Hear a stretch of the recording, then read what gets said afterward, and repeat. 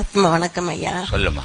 நம்ம மலேசியா திருநாட்டுக்கு நீங்க வந்ததுல மலேசியா திருநாட்டுக்கு நீங்க வந்ததுல கோடான கோடி நமஸ்காரம். ரொம்ப நன்றிமா. உங்களை பார்த்ததுல ரொம்ப மகிழ்ச்சி, சந்தோஷம். ஐயா. ஒரே ஒரு கேள்விதான் நான் உங்களுக்கு கேட்கணும்.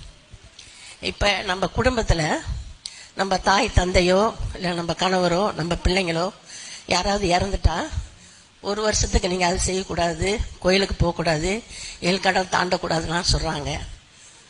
இதெல்லாம் அறியாமையில ஆதியில சொல்லி வச்சது. நீங்க நல்லா யோசனை பண்ணீங்கன்னா தெரியும் உண்மை. அதெல்லாம் யோசிக்கிற அளவுக்கு மனுஷனுக்கு பக்குவம் இல்லாத போயிடுச்சு. பக்குவம் இல்லாத வாழ்ந்துட்டீங்க. அதனால இந்த மாதிரி செயல் எல்லாம் இருக்கிறீங்க. ஒரு சாவு நடந்த உடனே என்ன பண்றீங்க? விலை கொளுத்துறீங்க இல்ல? ஊதுவத்தி கொளுத்துறீங்க, கற்பூரம் கொளுத்துறீங்க. இதெல்லாம் செத்து போன பணத்துக்கு செய்றீங்களா, உயிருக்கு செய்றீங்களா? செத்து போன பணத்துக்கு. தீட்டு இருக்கும்போது இந்த விளக்க கொளுத்தலாமா? நீங்க தீட்டு இருக்கும்போது கற்பூரம் கொளுத்தலாமா? தீட்டு இருக்கும்போது ஊதுவத்தி கொளுத்தலாமா? அந்த தீட்டு பணத்தினுடைய காலில் ஊந்து கும்பிடலாமா? இதையெல்லாம் பண்ணிட்டு அந்த தீட்டு எடுத்து போய் பொச்சு போட்டு நான் கோயிலுக்கு போக கூடாதுன்னா இது மூடத்தனமா இல்லையா? இதைதான் சொல்றது மூடத்தனம்ன்றது. அதுல இருந்த தெய்வம் வெளியே போச்சு. போன தெய்வத்துக்கு வழிபட்டீங்க. அந்த தெய்வம் இறைவன் என்று கோவில் கோவிலுக்கு போறதுல என்ன தவறு இருக்குது? ஒவ்வொரு மனிதனுடைய உடல்ல இறைவன் வாழறான். அந்த இறைவன் வாழற வரைக்கும் தான் மனிதன் இங்க நடமாட்டோம். அந்த இறைவன் அவனை விட்டு வெளியே போனா இவனுக்கு பேர் போனோம்னு ஆயிடும். அப்படிப்பட்ட இறைவனை வழிபாடுறது கோவிலுக்கு போறதுல என்ன தீட்டு இருக்கு? தீட்டுன்றது உடல், அதை பொச்சாச்சு. அதுக்கப்புறம் எங்க தீட்டுக்குது? மறுநாளே போலாம் கோவிலுக்கு, தப்பு இல்லை.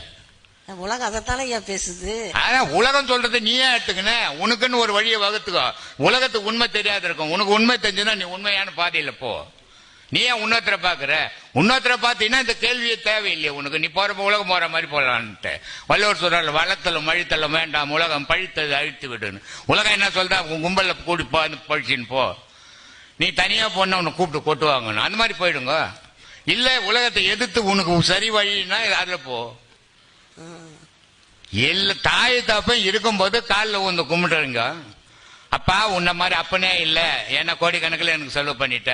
அம்மா உன்ன மாதிரி அம்மாவே இல்லை, எனக்கு யாருமே இந்த மாதிரி சோறு போடலன்ட்டு. ஆனா செத்த உடனே நாய் இருக்கிற மாதிரி இந்த ஊருக்கு வெளியே போறீங்களே, என்ன நியாயம் அது? அப்ப தீட்டு வந்துச்சு. உயிரா இருக்கும்போது தீட்டு இல்லையா? இதெல்லாம் அறியாமை, இதெல்லாம் மூடத்தானம். இதைதான் நான் இல்ல முட்டாள்தானோன்னு சொல்லின்னுக்கிறேன். செத்த மறுநாளே கோவிலுக்கு போலாம், ஒன்னும் தப்பு இல்ல. தெய்வத்தை வழிபடல என்ன தப்புக்குது?